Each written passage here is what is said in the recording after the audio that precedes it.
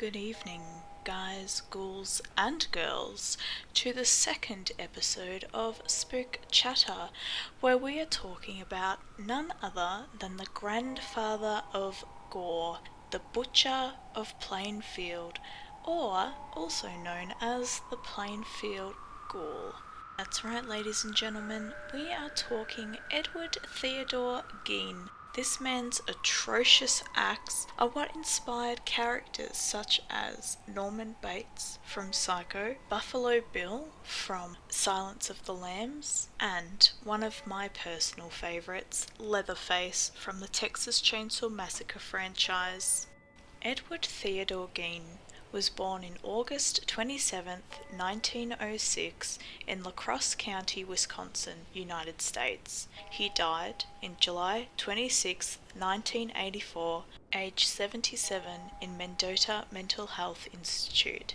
His cause of death was respiratory and heart failure due to lung cancer. Ed was accused of 10 murders but only convicted for 2 of them. The story of Ed Gein begins with his mother, Augusta Gein. She was the model for Norman Bates' mother in Psycho and Bates Motel, and inspiration for Buffalo Bill's woman suit in Silence of the Lambs. Augusta was born in 1878, La Crosse, Wisconsin. She was one of 8 children. Her parents were German immigrants from Prussia who had left their homeland in the great old Lutheran exodus of the mid-19th century. Lutherans teach that every human thought and deed is infected with sin and sinful motives, and because of this, all humanity deserves eternal damnation in hell. Definitely seem like a fun bunch to be around. Augusta married George Philip Gein on December 11th, 1900, and gave birth to their first son, Henry, in 1902. George was an alcoholic and found it hard to hold down a job. Augusta ruled the roost. She wanted to leave her husband, but due to her strict and increasingly fanatic beliefs, she was not able to. This resulted in Augusta despising all men. Augusta hoped her next child would be a girl, but in 1906 she gave birth to Edward Theodore Gein. She swore he would not turn out like other males. She was very protective and babied her shy, sensitive son.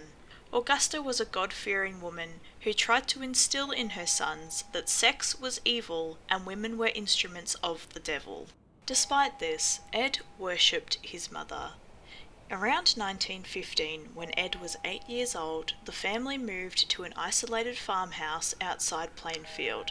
Ed's first experience seeing something grotesque was when he disobeyed Augusta's rule and snuck into the slaughterhouse.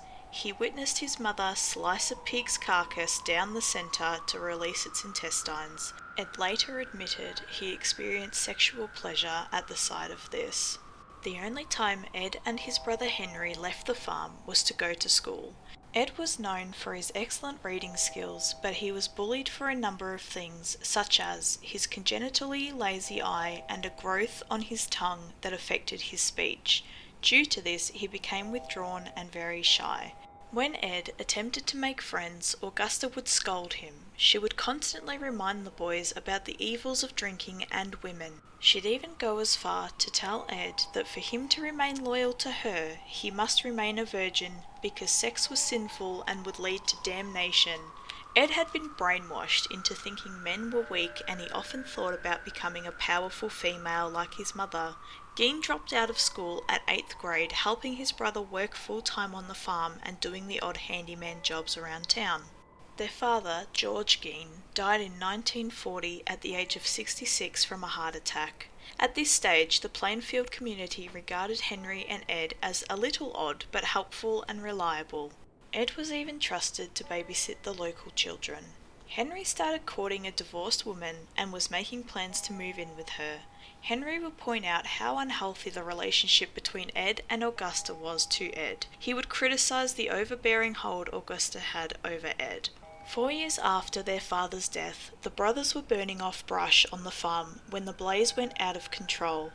Ed stated to police he lost sight of his brother in the inferno, but after investigating, they found Henry's body with injuries to his head.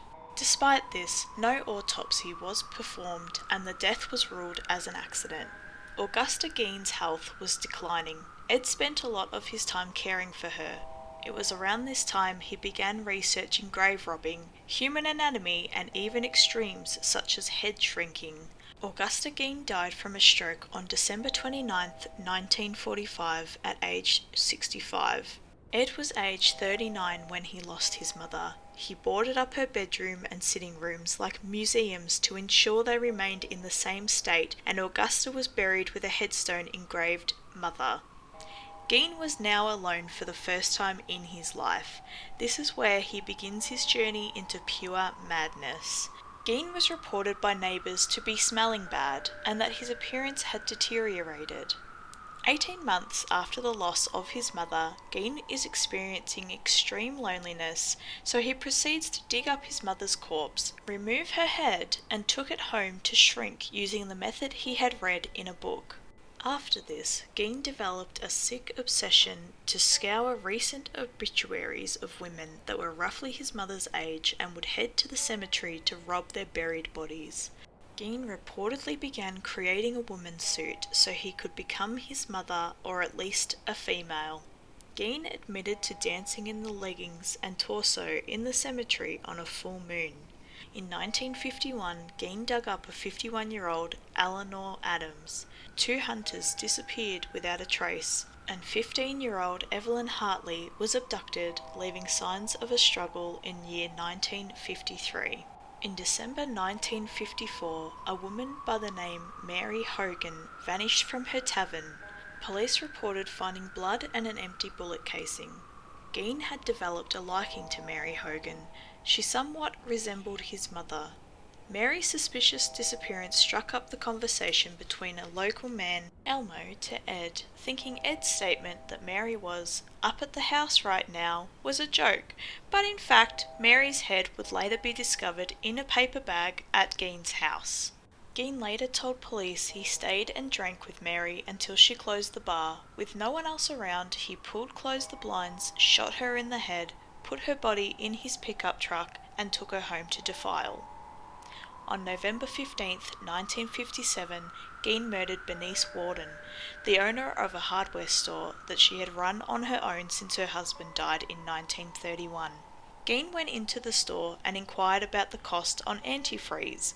When the store failed to open on November 16, 1957, Bernice's son, the local sheriff's deputy, became suspicious. Frank summoned the sheriff and they both went into the store.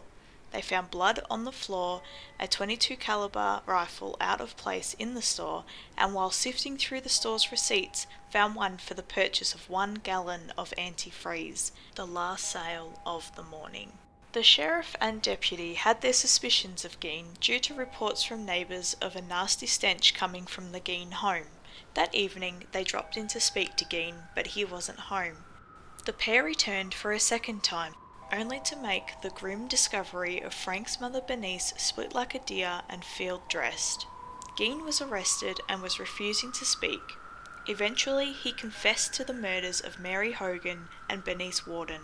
Gein then spoke about his woman's suit and how in a daze would wear it and dance at local cemeteries, and how he took bodies home to make ghastly paraphernalia using castor oil to preserve faces. Gein was interviewed by a psychologist and psychiatrist assessing him as a sexual psychopath and schizophrenic. Investigators found male bones, the sexual organs of young girls, and a gold tooth buried. Ed made furniture including a waste bin, chair covers, items of clothing, lampshade made out of human skin, bowls made of human skulls, a belt made of women's nipples, a pair of lips on a drawstring for a window shade, a number of vulvas in a shoebox, and 4 noses. I guess that answers the old age question that every child has. Who's got your nose? Ed Gein does. In January 1958, Gein was found legally insane and committed to Wisconsin Central State Hospital for the criminally insane. Gein developed dementia, cancer, and respiratory failure and died in the geriatric ward of Mendota, age 76. Gein was buried between his brother and mother's remains. However, over the years, souvenir seekers chipped pieces from his gravestone at the Plainfield Cemetery until the stone itself was taken in 2000. It was recovered in June 2001 near Seattle and was placed in storage at the Washoe County Sheriff's Department. The gravesite itself is now unmarked but not unknown. And that, guys, ghouls and girls, concludes our story on Ed Gein, the grandfather of gore. Thank you so much for joining me on episode 2 of Spook Chatter, where I dove deeply into Ed Gein's past. If you're interested in learning more about Ed Gein, then jump over onto YouTube. There are so many documentaries and informative videos, which is where I learnt a lot of my facts about him. I also managed to get my hands on the movie Ed Gein, the Butcher of Plainfield, which I only watched today after days of research, and found out that he was depicted by none other than Kane Hodder, who, for all of my spooky horror fans out there, would know that he is also the actor that plays Jason Voorhees in the Friday the 13th films. That's a fun fact for you. Thanks so much for watching.